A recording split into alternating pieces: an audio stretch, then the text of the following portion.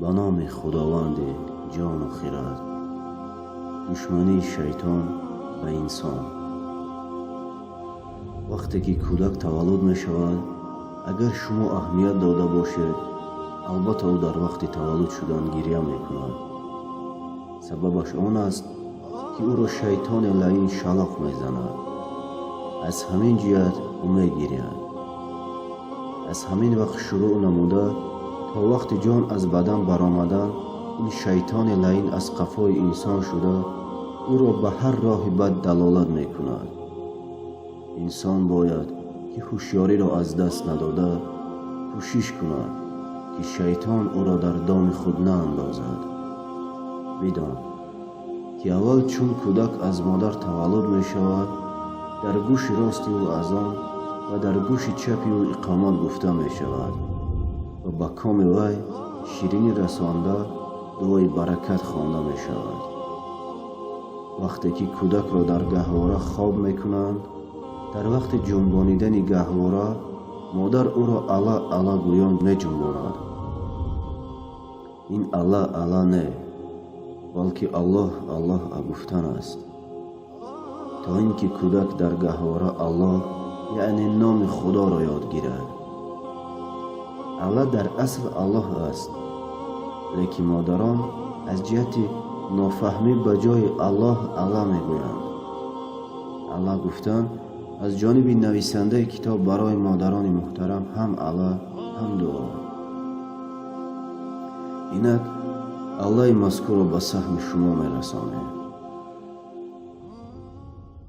الله الله الله جانم الله، کلان شوی چقان شوی، خواننده قرآن شوی.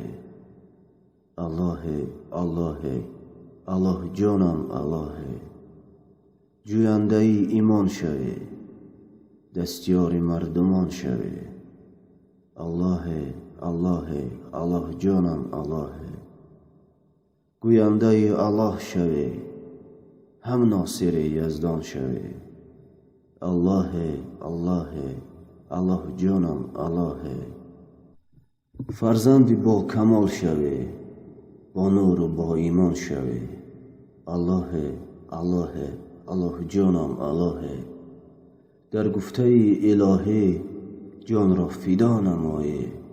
الله الله الله جانم الله، ای خداوند کریم چاره ساز، ده به این فرزند من عمری دراز. الله الله الله جانم الله، ای خداوند کریم راهنما، از کرم بر طفلکم راه نما.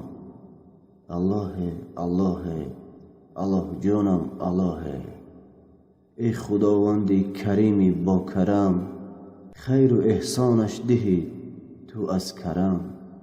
الله الله الله جانم الله، ای خدای هر دو عالم، ای خدای مهربان، تو نگه دار طفلکم را در امان. الله الله الله جانم الله. تشکر زیاد به دقتتان. متن الله مذکور را در زیر نام میگذاریم.